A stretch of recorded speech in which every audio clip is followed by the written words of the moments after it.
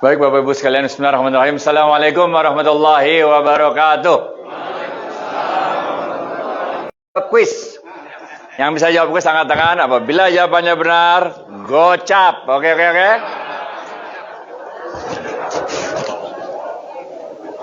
Ketika Rasulullah Shallallahu Alaihi Wasallam hijrah dari Mekah ke Madinah, itu sahabat-sahabat semua pada ikut hijrah. Nggak ada yang bawa harta.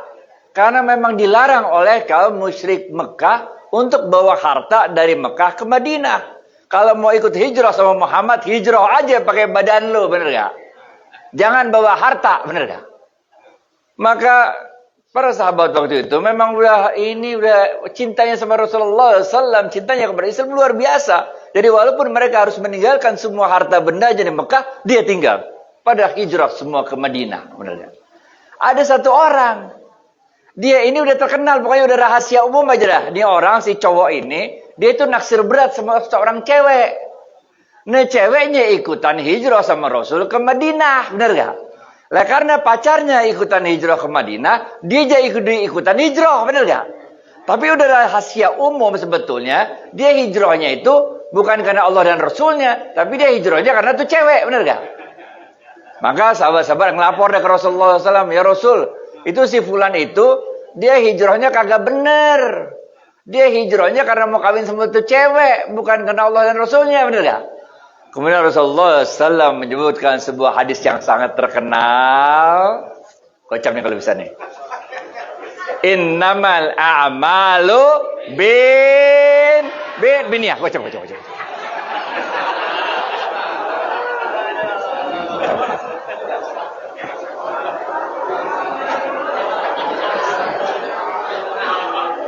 Setiap perbuatan itu tergantung niatnya. Walikul limri imanawa. Bener gak? Niatnya kita mau ngapain, bener gak?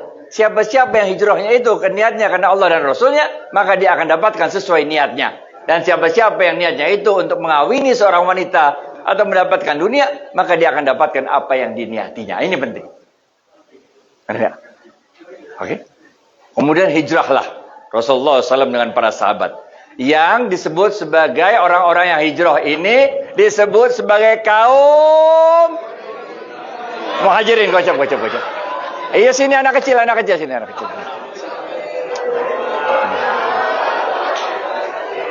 Mantap.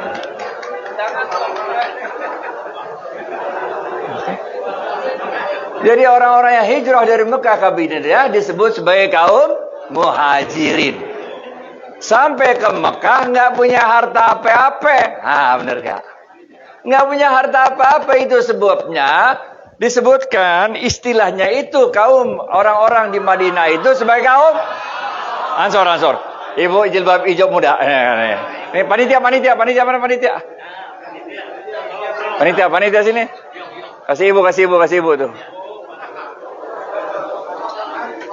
Itu ibu hijau muda tuh. Oke. Itu sebabnya disebut kaum Ansor, yaitu kaum yang menolong. Kenapa nolong? Karena orang yang hijrah dari Mekah ke Madinah kagak punya harta apa-apa. Ngerti gak? Maka oleh Rasulullah SAW itu dipersaudarakan kaum muhajirin dengan kaum Ansor. Benar gak? Satu orang dari kaum Ansor itu dipersaudarakan dengan satu orang dari kaum muhajirin. Salah satunya adalah Abdurrahman bin Auf, seorang pebisnis ulung, kaya raya, pokoknya konglomerat Mekah. Namanya Abdurrahman bin Auf. Abdurrahman bin Auf dia persaudarakan dengan pebisnis dan konglomerat Madinah. Namanya Sa'ad bin Rabi. Apa kata Sa'ad bin Rabi kepada Abdurrahman bin Auf? Ya Abdurrahman, ini hartaku semua, aku bagi dua. Ada rumah, satu buat aku, satu buat kamu. Benar ya? Ini ada kendaraan ontak, bagi dua. Sapi, kambing apa semua bagi dua. Oke. Bahkan waktu itu Sa'ad bin Rabi mengatakan, aku punya istri dua. Boleh pilih mau yang mana? Ane ceraiin, nanti ente kawin sama bini gue. Mana? Dahsyat gak? Ini imannya Sa'ad bin Rabi kayak begitu. Kalau kita yang jadi kayak Abdullah, kalau kita maka alhamdulillah wa syukurillah, benar kan? Semoga Allah membalas kebaikanmu, benar kan? Tapi Abdurrahman bin Auf tingkat imannya bukan kayak kita, men. Apa jawaban Abdurrahman bin Auf? Enggak perlu, makasih banyak. Mudah-mudahan Allah memberkahi keluargamu, mudah-mudahan Allah memberkahi hartamu. Tunjukkan aku di mana pasar. Gelo kayak gelo gak? Tunjukin di mana pasar, dah. Ajarin gue gimana cara bisnis, ya, benar ya? Bukan mau terima harta gitu aja. Dalam Islam, rezeki itu udah ditakar, nggak bakal ketukar. Paham nggak? Paham nggak?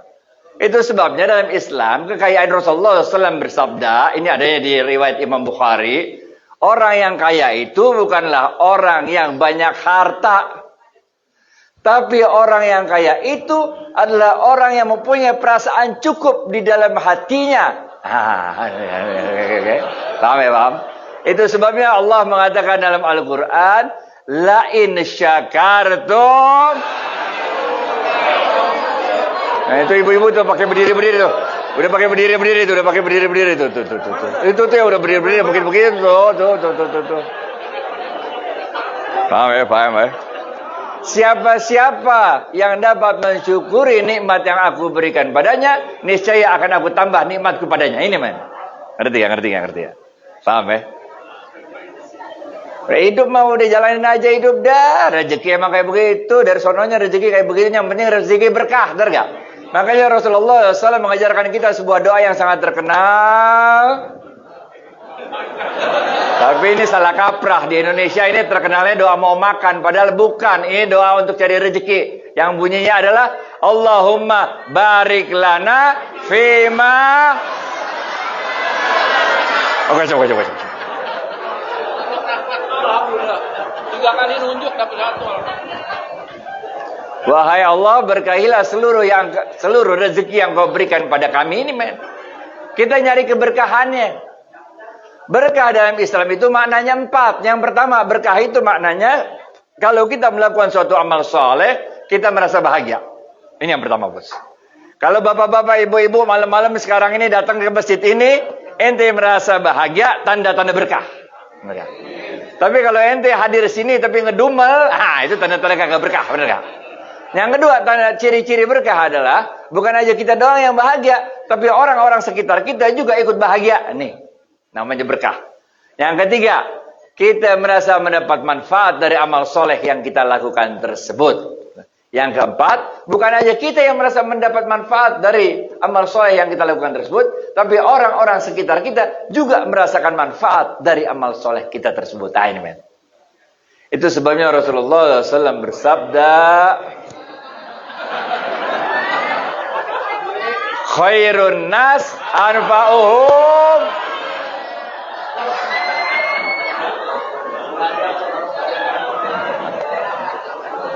Mantap. Sebaik-baik manusia adalah yang paling banyak memberi manfaat pada manusia lain. Udah gitu aja, men. Inilah strategi yang dilakukan oleh Rasulullah SAW dan para sahabatnya ketika hijrah dari Mekah ke Madinah. Itu orang-orang Madinah punya tanah banyak, tapi nggak bisa digarap. Kenapa nggak bisa digarap? Tenaganya kurang. Bener nggak? Orang-orang Mekah punya tenaga, tapi nggak punya tanah. Paham nggak? Kalau orang Mekah disuruh nyewa tanahnya orang Madinah, kagak punya duit. Duitnya semua ditahan sama orang Mekah, bener nggak? Bagaimana caranya? Kerja sama dah. Orang Madinah punya tanah, orang Mekah punya tenaga, sehingga kebun-kebun yang tadinya terbengkalai nggak bisa digarap, sekarang bisa digarap oleh kaum muhajirin. Tanahnya tanah siapa? Kaum Ansor, bener nggak? Ini strategi yang pertama, sehingga ekonomi di Madinah meningkat pertumbuhannya. Strategi yang kedua, Sa'ad bin Rabi kemudian mengatakan pada tadi udah kita cerita Abdurrahman bin Auf kan, tunjukin pasar di mana Ad, katanya. Udah jalan dah. Sa'ad bin Rabi sama Abdurrahman bin Auf sampailah ke pasar Madinah. Gede pasarnya, rame.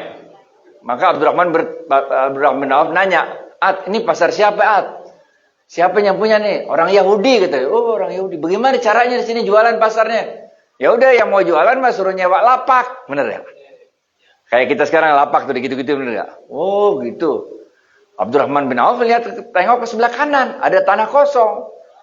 Abdurrahman nanya lagi, Ad, itu tanah kosong siapa yang punya? Aneh punya, kata Sa'ad. Gini aja, Ad, kata Abdurrahman. Antu tanah ente yang kosong, kita jadiin pasar. Bagaimana caranya? Udah tenang dah, kata Abdurrahman. Udah.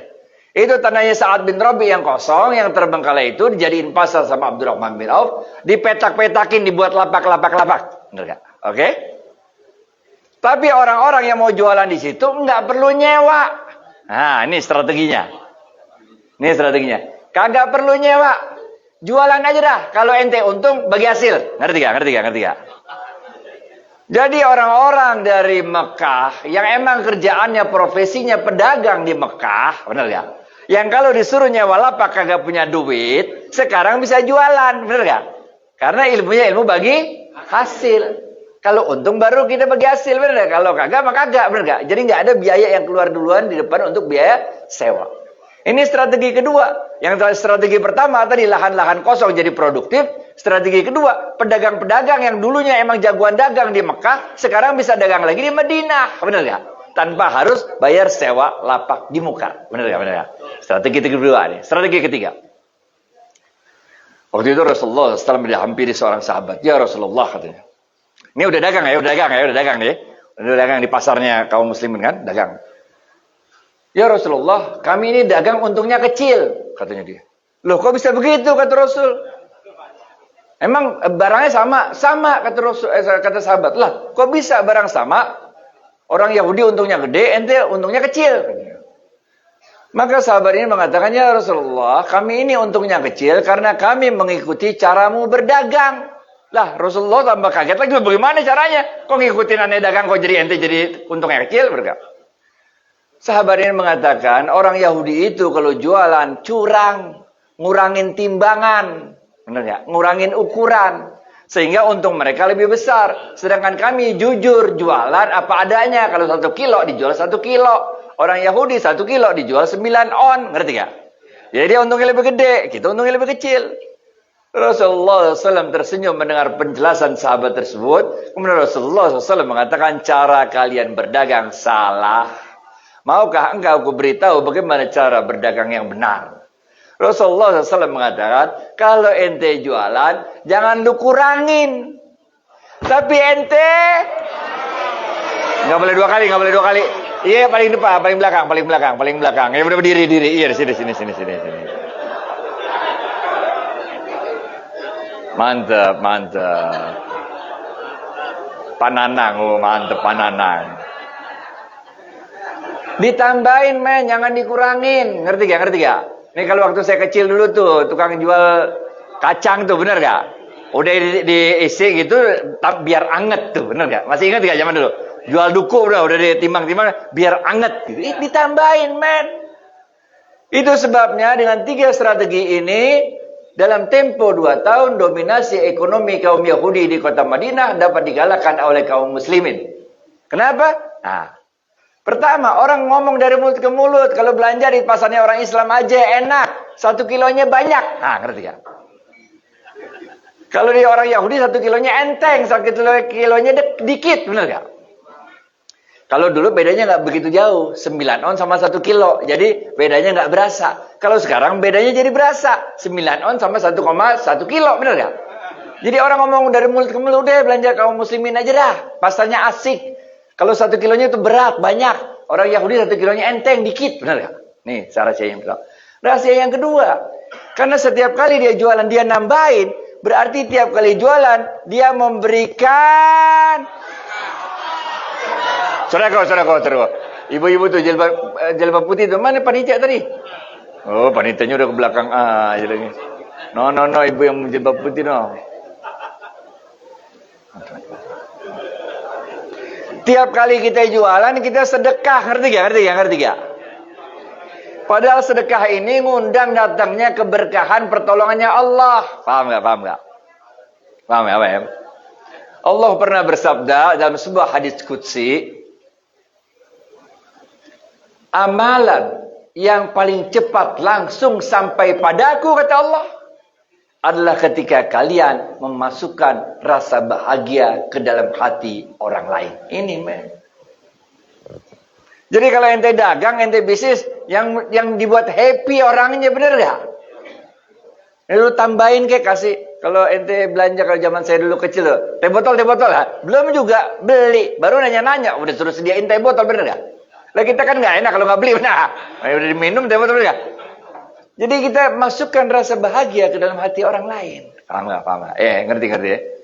Inilah 3 strategi yang digunakan oleh Rasulullah SAW dan para sahabatnya di kota Madinah. Sehingga kaum muhajirin yang hijrah dari Mekah Madinah nggak punya modal apa-apa kecuali pengalaman mereka di kota Mekah waktu itu. Kemudian dengan kaum Ansor yang waktu itu memiliki banyak sumber daya tapi kekurangan tenaga kerja, dengan gabungan kedua ini dan akhlak yang baik dalam berbisnis, inilah kemudian yang menyebabkan kaum muslimin bisa mendominasi ekonomi Madinah. Oke? Apa itu akhlak yang baik? Benar ya? Oke. Ini 15 menit terakhir ya, habis ini gua kabur ya.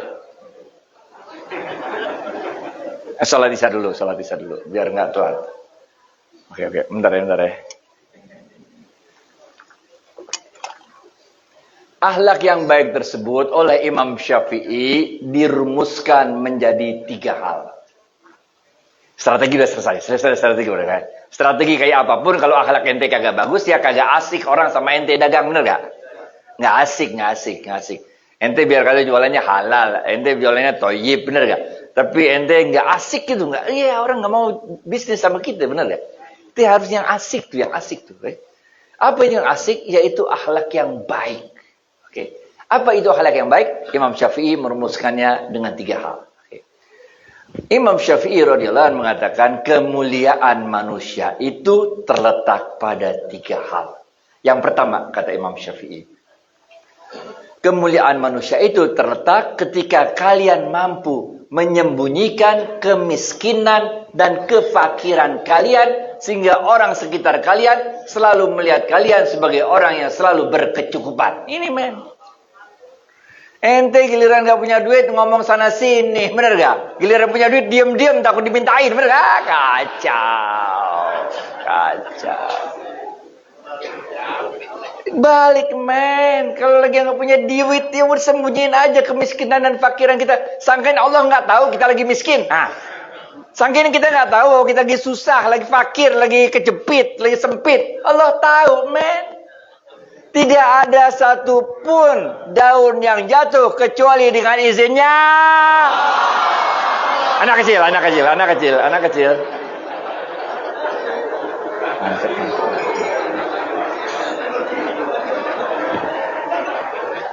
Kalau daun aja jatuh pakai,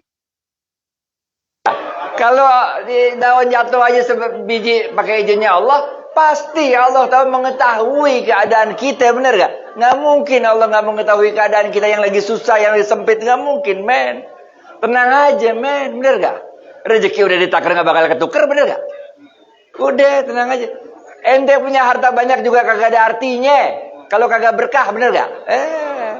Dalam ilmu tasawuf nih, rezeki yang paling rendah adalah harta. Harta itu adalah rezeki yang paling rendah. Kenapa? Karena Rasulullah SAW bersabda, hartamu baru menjadi rezekimu apabila engkau lakukan 3 hal. Yang pertama, ketika hartamu itu engkau belikan makanan, engkau makan makanan tersebut, masuk ke dalam perut, keluar jadi kotoran, baru jadi rezeki. Kalau belum masuk mah belum rezeki. Pernah gak sih waktu SD ente mau makan es krim, udah mau dijilat tuh es krim, kesenggol orang jatuh, bener gak? Ibu-ibu makan bakso, bener gak? Ente gitu kocrokin tuh cabai jebrot, bener gak? Banyakan cabainya daripada baksonya, bener gak? Kalau belum masuk perut, belum rezeki, bener ya? Paham ya? Yang kedua kata Rasul, hartamu itu baru jadi rezeki kalau hartamu itu engkau belikan barang. Baju, celana, mobil, rumah, jam tangan, apa segala macam, handphone, dan kemudian dia akan usang, benar kan? Dan yang ketiga kata Rasulullah SAW, hartamu baru menjadi rezekimu ketika harta itu engkau ambil, engkau sedekahkan. Inilah yang akan kekal dalam kehidupanmu di dunia dan di akhirat. Yang itu tuh yang udah berdiri situ tuh, yang pakai baju itu tuh ya, tuh yang dada tuh, yang dada itu tuh. Ibu belum, Ibu. Oke. Itu sebabnya disebutkan rezeki yang paling rendah itu adalah Harta. Paham nggak? Rezeki yang paling tinggi itu adalah kesehatan. Kita bisa beli obat, bisa beli vitamin, kita bisa bayar dokter, kita bisa bayar rumah sakit, kita nggak pernah bisa beli kesehatan. Ngerti gak? Saya ini udah vaksin 4 kali, kena COVID 2 kali. Mau ngapain lo? Vaksin 1, vaksin 2. Udah penjakatan, pokoknya orang mau ketemu saya susah banget dah. Mau naik ke kantor saya lantai 5, suruh antigen, pokoknya komplit dah. Begini, semua peraturan protokoler, udah komplit. Tetap aja kena. Emang udah takdirnya kena, bener gak? 2 kali main kena COVID, vaksin 4 kali. 1, 2 vaksin kena, 1, 2 vaksin kena. Jalanin aja hidup, bener gak? Itu sebabnya Rasulullah SAW mengatakan sungguh ajaib orang beriman itu. Kalau mereka ditimpa musibah mereka sabar. Kalau mereka diberikan nikmat mereka. Anak kecil maju. Sini maju.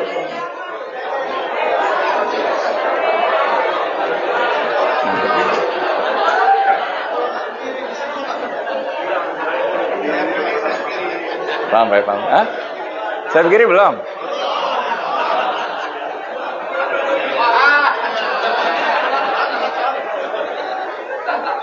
Yang mana yang belum? Yang mana?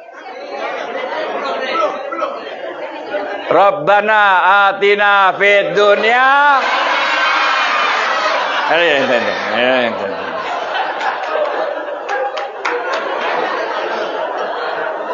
Mantap.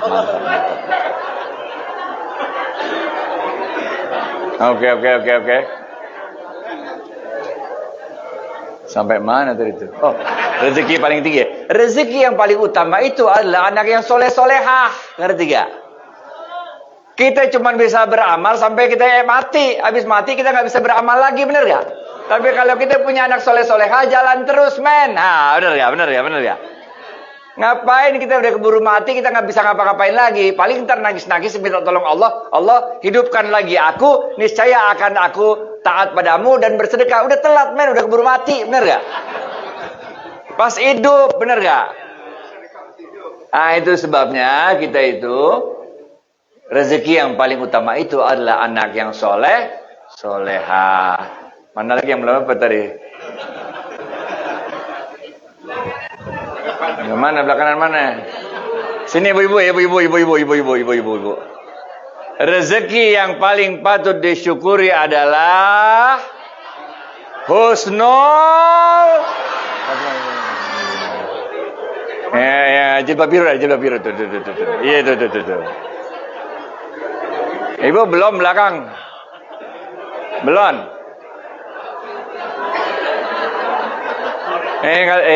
Bu, kasih yang itu tuh yang ini. Ibu ya. Qul huwallahu.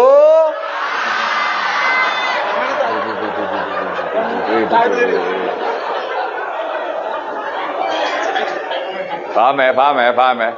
Ini men. Yang kedua kata Imam Syafi'i, bentar lagi habis nih. Hah?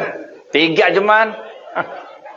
Kemuliaan manusia itu ada 3 kata Imam Syafi'i. Yang pertama, siapa-siapa yang bisa menyembunyikan kemiskinan dan kefakirannya sehingga orang sekelilingnya selalu melihat dia seorang yang berkecukupan. Yang kedua kata Imam Syafi'i, ketika kita mampu menyembunyikan kemarahan kita, kekecewaan kita, kekesalan kita, sehingga orang sekitar kita selalu melihat kita menjadi orang yang selalu redha atas apapun takdir yang ditetapkan Allah pada diri kita. Ini men.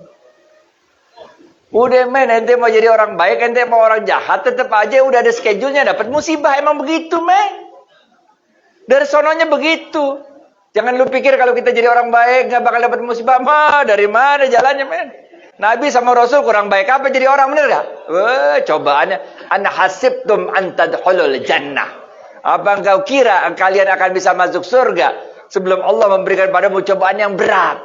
Nah, dalam sebuah hadis Imam Bukhari dan Imam Muslim disebutkan, maka Allah akan memberikan bala demi bala terus-menerus bergantian pada kalian.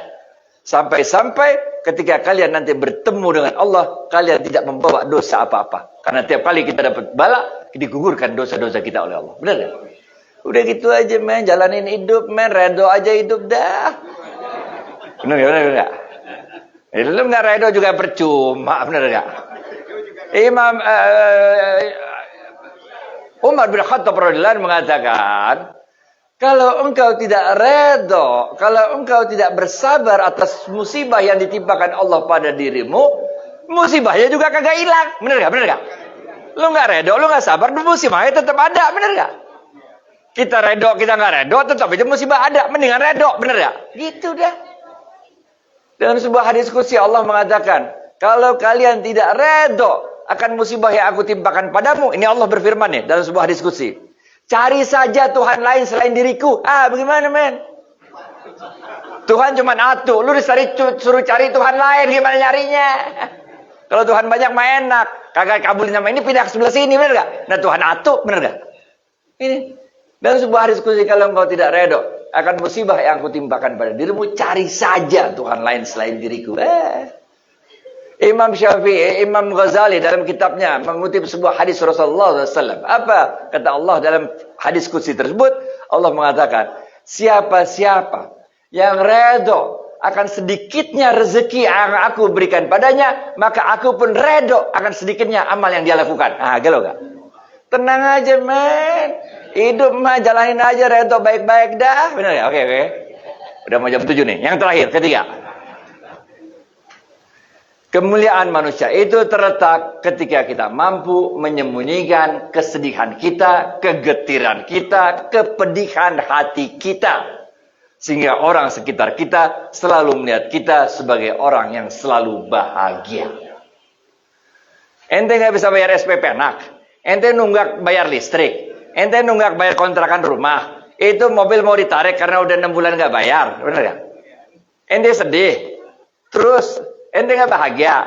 Emang kalau gara-gara nggak bayar itu mata ente copot satu?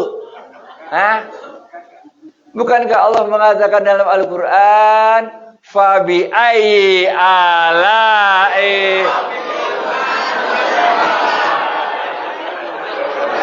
Fabi ayyi ala Allahi rabbikum atu kasih benar.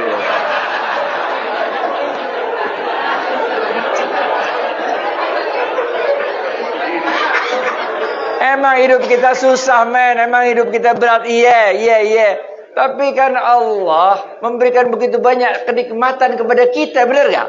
Masih tetap hidup, benar gak? Utang banyak tapi tetap hidup, benar gak? Nggak mati-mati. Sehat lagi, benar? Kacau gak? Udah menjalanin aja. Bukankah Allah telah berfirman, menjanjikan kepada kita bahwa Allah tidak akan pernah memberikan cobaan kepada kita yang melebihi kemampuan kita untuk menanggungnya, benar gak?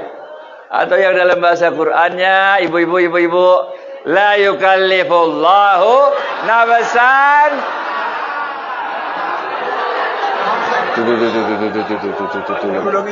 Itu. Allah nggak mungkin, nggak ada rumusnya Allah ngasih kita cobaan yang melampaui kemampuan kita untuk, nggak mungkin men. Ingat dah. Pernah kan kita berulang kali mengalami satu kesulitan yang luar biasa, tapi sampai sekarang masih gini-gini aja, bener gak? Ini kaki saya yang kanan, ini putus, Achilles tendonnya putus. Ini yang kanan nih, yang kanan. Achilles tendon itu adalah tulang besar antara tumit ke atas. Ente pegang sekarang yang kencang-kencang itu yang keras itu namanya Achilles tendon. Putus men, kagak bisa jinjit sampai sekarang. Putus, dioperasi sambung, putus lagi 2 kali. Mau ngapain? Ya, bisa putus lagi, bisa. Jangan dah. Sini putus, bener gak? Pada saat itu saya merasa habis nih hidup gue, bener gak? Udah jadi kayak in-flight dah kayak gitu. Ternyata kagak tuh, ya oke-oke aja sampai, bener gak? Bener gak? Udah jalanin aja hidup men, bener gak? Ente mau sedih, dunia juga kagak berubah, bener gak? Nih ibu-ibu nih sedih nih, nangis bombay, ngambek sama suami, bener gak? Nggak berubah men, tiap pagi tuh matahari tetap terbit, bener gak? Tiap malam tuh matahari tetap terbenam, bener gak? Anak-anak sekolah pergi ke sekolah, orang-orang kantor pergi ke kantor. Lu sedih aja di rumah sendirian, bener gak? Rugi aja sendiri, bener gak? Emang lu sangka kalau sedih jadi dunia ikutan sedih? Kagak. Burung tetap aja bunyi, bener gak? Udah dah, hidup jalanin aja dah, bener gak? Dari kecil kita udah waktu belajar jalan berapa kali kejedot, bener gak? Berapa kali kebesar-besar jatuh? Nggak apa-apa sampai sekarang. Bener gak? Bener gak? Dulu waktu saya kuliah, sangkain saya nilainya bagus, kagak lulus juga. Iya. Akuntansi 2 dulu di FEUI kagak lulus, dapat D. Statistik 4 di IPB kagak lulus, dapat D. Apa sekarang ada yang nanyain saya pernah nggak lulus? Nggak ada, men. Udah lempeng aja hidup, bener gak? Udah. Itu sebabnya dalam ilmu tasawuf kita diajarkan untuk mengatakan alhamdulillah ala kulli hal. Apapun yang terjadi, segala puji bagi Allah. Jam berapa kita? Ya, Isa jam berapa? Astagfirullahaladzim.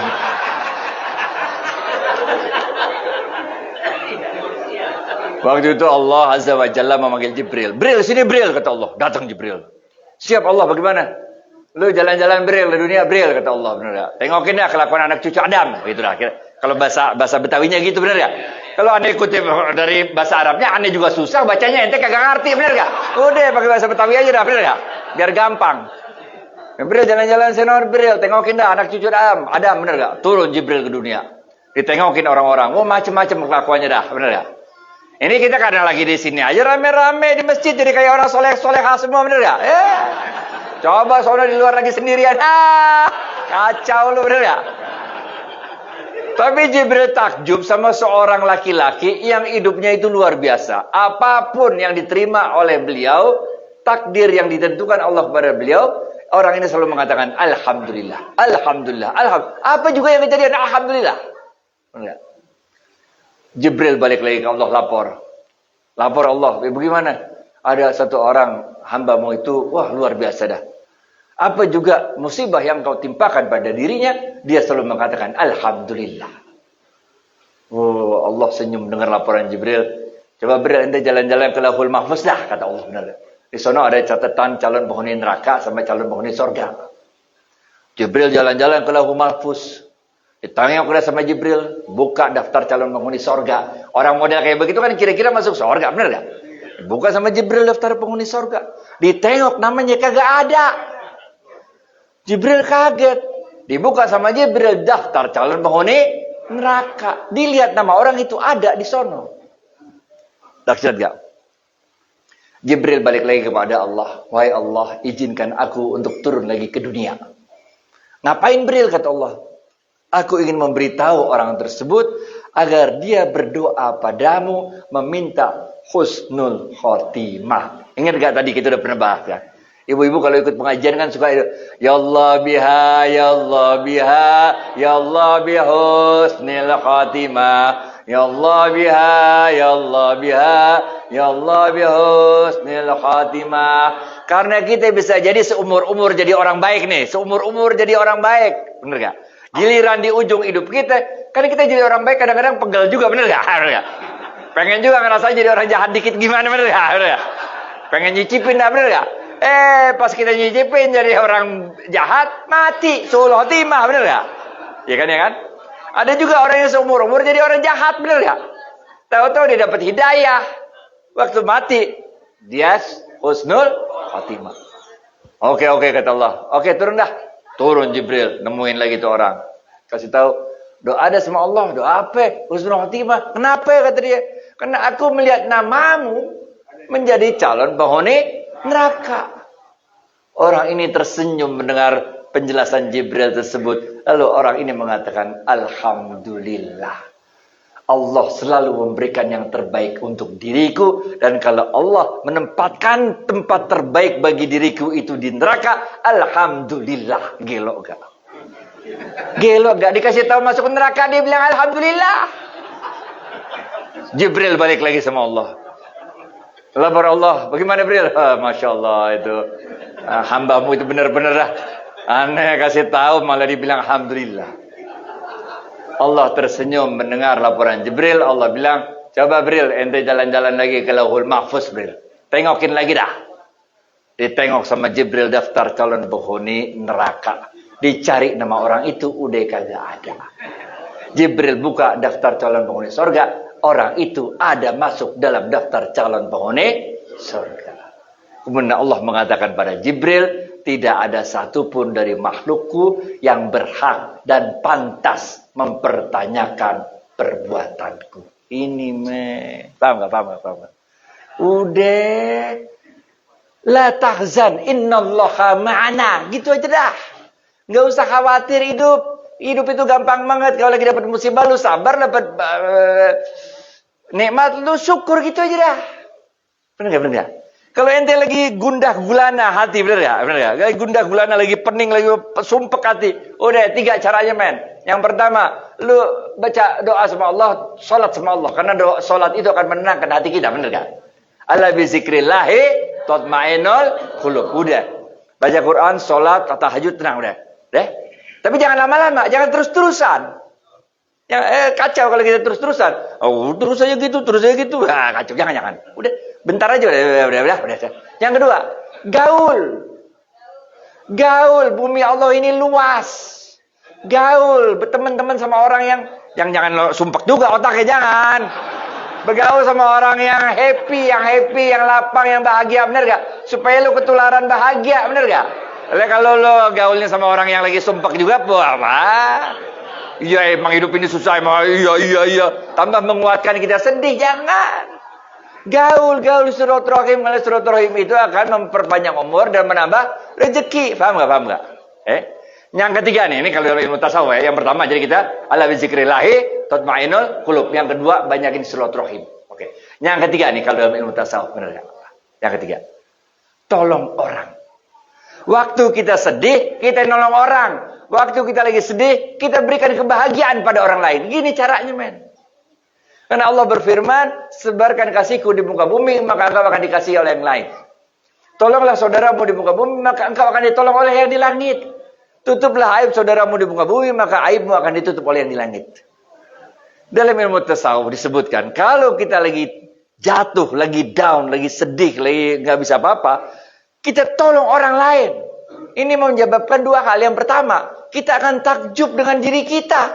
Ternyata dalam keadaan kita lemah, dalam sedih sekalipun, kita masih bisa bantu orang lain. Nah, ternyata masih ada Allah bersama kita yang memberikan kekuatan pada kita. Walaupun kita lagi remuk redam, tapi kita bisa bantu orang lain. Kita bisa buat bahagia orang lain, benar gak? Nah, ingat, amalan yang paling cepat langsung sampai padaku, kata Allah, adalah ketika kamu memasukkan rasa bahagia ke dalam hati orang lain. Gitu, men. Jadi kalau kita lagi gak punya duit, lagi bingung, lagi pening, jangan malah kita pening, jangan. Tolong orang lain itu gak mesti pakai duit. Dari mana tolong orang lain pakai duit? Orang kita gak punya duit, bener gak? Udah, pokoknya sebarin bahagia aja. Ente senyum kayak ente apa, bener gak? Ada mobil mogok lu bantuin dorong, apa aja dah, bener gak? Ini caranya, main. Karena ketika kita menolong orang lain, yang pertama dampaknya kita mempunyai kesadaran bahwa kita itu nggak ancur-ancuran banget. Buktinya masih bisa menolong orang lain, benar gak?